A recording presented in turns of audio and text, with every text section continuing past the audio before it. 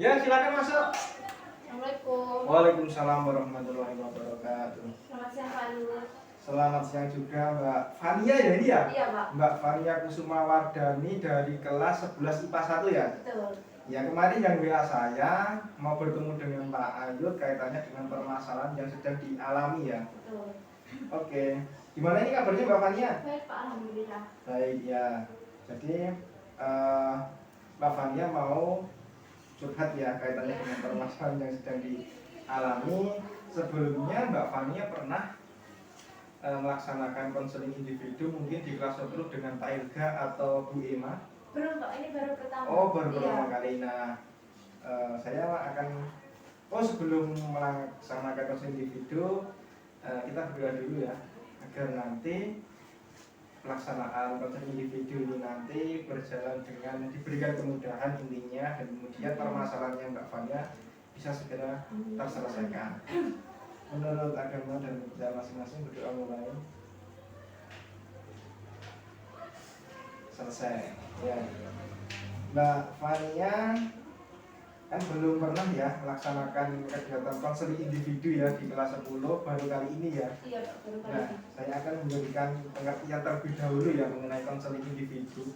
Jadi konseling individu ini adalah proses pemberian bantuan dari guru BK kepada siswa yang sedang mengalami masalah untuk dibantu permasalahannya agar segera dapat diselesaikan. Itu ya.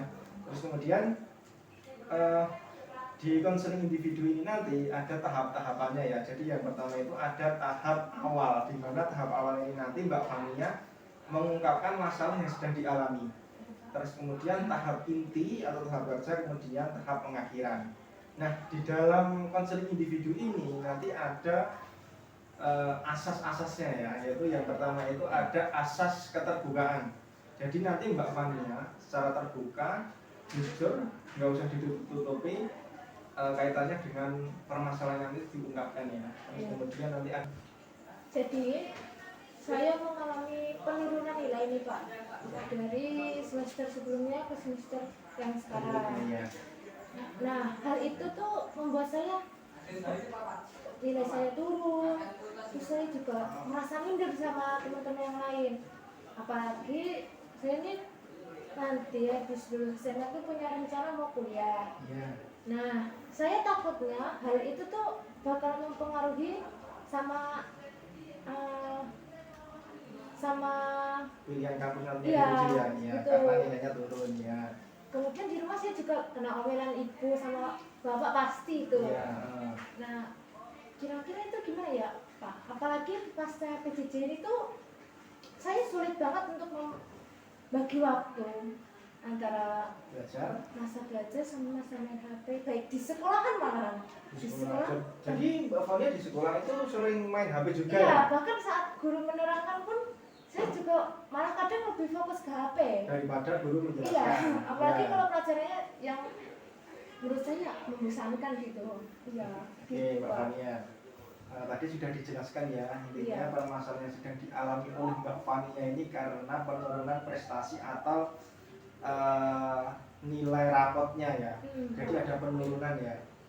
Terus kemudian hal itu membuat Mbak Fania itu merasa minder. Kemudian di rumah dimarahi sama ayah dan ibu.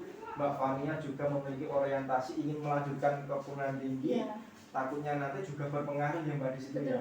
Makanya langsung bertemu dengan Pak Ayudi untuk menyelesaikan masalahnya. Nah, sekarang ini misalkan ya, seandainya ya saya kasih skala antara 0 sampai 10, di mana 0 itu kamu mengalami masalah dan itu sangat mengganggu kamu. Kemudian skala 10 kamu merasa bahwa masalah kamu sudah terselesaikan. Nah, di antara skala 0 sampai 10 itu kira-kira kamu di angka berapa Mbak Fania? Kira-kira di 2. Angka 2? Iya, angka 2. Berarti sekarang Mbak Fania karena memilih skala 2, berarti Mbak Fania kan sedang mengalami masalah yang cukup mengganggu. Iya kan? Iya. Dan kalau masalah ini tidak segera terselesaikan, mungkin ini akan membebani Mbak Fania ya, terus-terusan, terus minder, dimarahi ibu. Nah, jadi Mbak Fania terkait dengan prestasi belajarnya yang rendah. Sekarang saya tanya dulu ya Mbak Fania ya. Iya, Pak. Kira-kira ya, ini saya tanya dulu sama Mbak Fania terkait dengan permasalahannya. Kira-kira Mbak Fania kan juga ada keinginan untuk menyelesaikan masalahnya sendiri dulu. Ya. Bagaimana sih dalam mengatasi situasi yang seperti ini? Ini kira-kira Mbak Fania itu akan mengambil langkah seperti apa untuk mengatasi permasalahan seperti ini? Mungkin kalau ngambil les gitu bisa nggak Pak? Ambil les ya bisa. Ambil les atau belajar atau bergabung sama orang-orang yang cenderung lebih pintar dari saya gitu. Oh gitu ya, benar. Jadi itu adalah salah satu solusi dari Mbak Fania ke depannya ya. Jadi memang benar apa yang disampaikan oleh Mbak Fania tadi bahwa untuk mengatasi permasalahan tersebut Mbak Fania kan mencoba untuk membuat kelompok belajar, kelompok kecil mungkin 5-6, terus kemudian nanti belajar, terus kemudian Mbak Fania juga benar ikut les tambahan, belajar tambahan, apalagi sekarang sudah mau kelas 12, naik ke kelas 12 belajar yang menurun. Itu apakah hampir semua mapel atau hanya beberapa mapel saja Mbak Fania?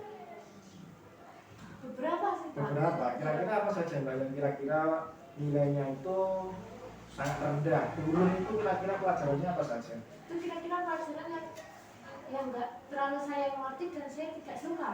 Oh, yang terlalu nggak dimengerti dan juga nggak saya sukai. Iya. Kira-kira apa saja? Matematika itu ya, pasti. Matematika pasti. Terus kemudian kimia. Bahasa Jawa Pak. Oh, bahasa Jawa. Iya. Sulit saja. Padahal orang Jawa tetapi tidak bisa Jawa ya. Ya, jadi kan ini ada kurang lebih ada 3 mapel ya. Iya Pak. Yang ini membuat Mbak Fania itu merasa tertekan. Dan kemudian ini membuat Mbak Fania itu minder. Betul. Dan ini 3 mapel yang mungkin nilainya malah di bawah KKN ya, jadi harus remedial. Nah, di sini nanti kira-kira kan di dalam kelas atau mungkin di kelas lainnya juga merasa ada teman dekatnya, kan ada teman dekat ya? Ada Pak. Ya, ada teman dekat. Terus kemudian prestasinya di atas Mbak Fania ya, nanti diajak untuk membuat belajar kelompok, kelompok belajar dengan temannya. Terus nanti di situ nanti Mbak Fania bisa bertanya, bisa belajar bareng, berbagi ilmu kaitannya dengan matematika, kimia, bahasa Jawa, mapel yang membuat Mbak Fania ini jadi merasa terganggu ya. Jadi memiliki masalah antara mapel matematika, kimia dan bahasa Jawa. Nah, itu nanti mengenai bimbingan yang saya berikan kepada Mbak Fania. Tadi Mbak Fania juga mengungkapkan nanti segera dicoba ya. Baik Pak. Jadi jangan sampai nanti setelah bertemu dengan Pak Ayudi, terus nanti Mbak Fania nggak melaksanakan apa yang sudah saya jelaskan tadi, tapi tetap benar-benar dilaksanakan agar nanti berdampak yang baik terhadap Mbak Fania. Terus kemudian Mbak Fania, saya akan mengirim smart card ya, smart card atau kartu pintar. Ini ada 6 smart card, saya kirim lewat HP ya.